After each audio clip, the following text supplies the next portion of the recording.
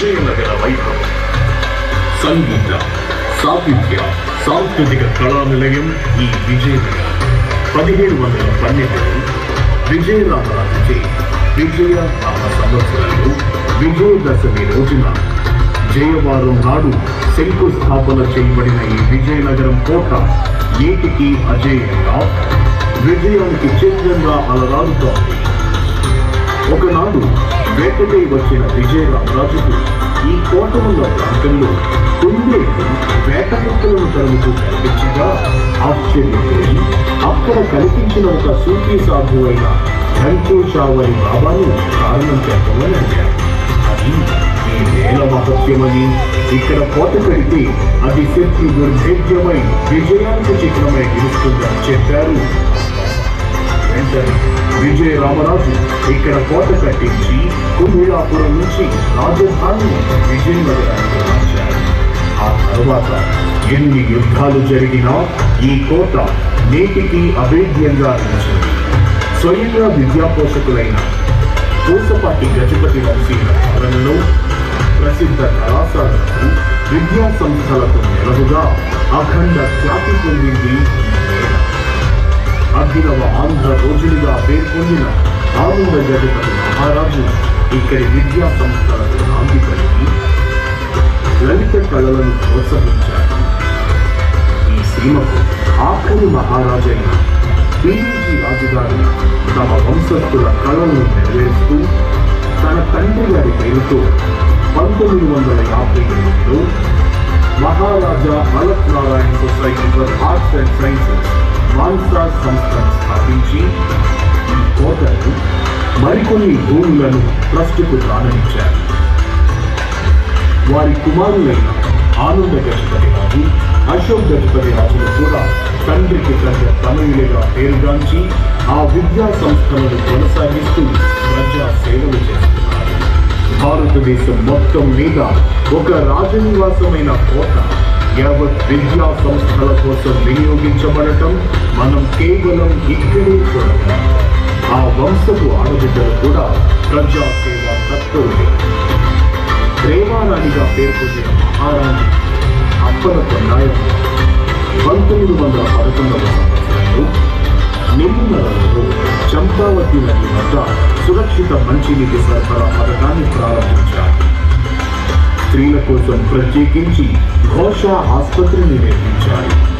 ఈ నేలపై నడియాడిన విద్యను అభ్యసించిన మహామహులు ఎందరూ వివిధ రంగాలలో విజయనగర కీర్తి పతాకాన్ని ప్రపంచ వ్యాప్తంగా ఎగురవేశారు. ప్రపంచ ప్రఖ్యాతిగాంచిన మహాకవి గురజాడ కన్యాశుల్కం నాటకానికి ఊపిరి పోసింది ఈ నేలనేది. హరికథలకు సార్థకత చేకూర్చిన పితామహుడు ఆదిపట్ల కథాగానం చేసింది ఇక్కడే. అమర గాయకుడు ఘంటసాల, గానకోకిల సుశీలమ్మ గళాలు సవరించింది ఈ సీమలోనే.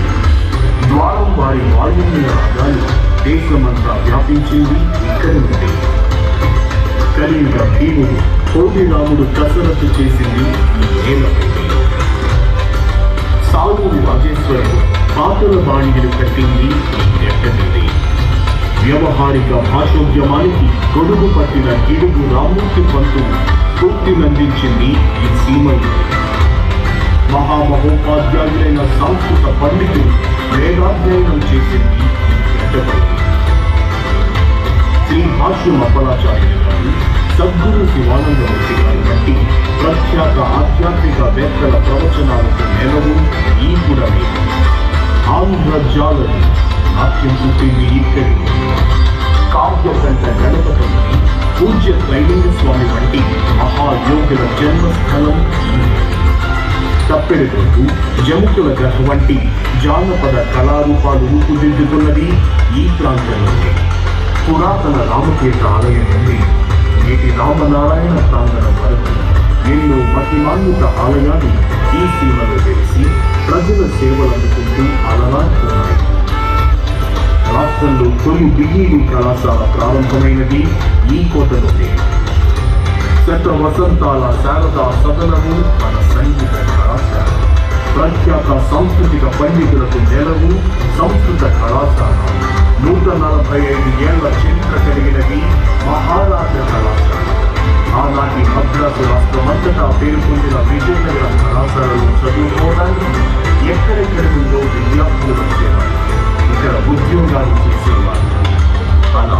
ఈ నేలపై నడియాడిన వారిలో కొన్ని పేర్లు తెలియని తెలుగువారే ఉంటారు. దేవులపల్లి కృష్ణశాస్త్రి, మహాకవి శ్రీశ్రీ, ఆరుద్ర, పింగళి నాగేంద్రరావు, నూకల చినసత్యనారాయణ, యాముజాల పద్మనాభ స్వామి, నేగినూరి కృష్ణమూర్తి, పడవటి గంటి కుటుంబరావు, శ్రీపాద పినాకపాణి, ఎస్వి రంగారావు, మగ్గున పంతుల సత్యనారాయణ శాస్త్రి తదితరులు ఈ పుణ్యభూమితో ముడిపడిన వారే. సినీ రంగ దిగ్గజాలలో కూడా J V Somayajulu, J V Ramanamurthy, Gollapudi Marutirao, PK Sharma, Radha Kumari, Chellapilla Satyam వంటి ప్రముఖులు ఇక్కడ పుట్టి పెరిగిన వారే. ఇంత ఘన చరిత్రను తలదాల్చి ఇందరు మహానుభావుల పాద భూమితో పునీతమైన ఈ నేల యొక్క వారసత్వాన్ని మనమందరం నిలబెట్టుకుందాం. మన విజయనగర సంస్కృతిని, కళా సంపదను కాపాడుకొని భావి తరాలకు అందజేద్దాం. సర్వే జనా సుఖినో భవంతు.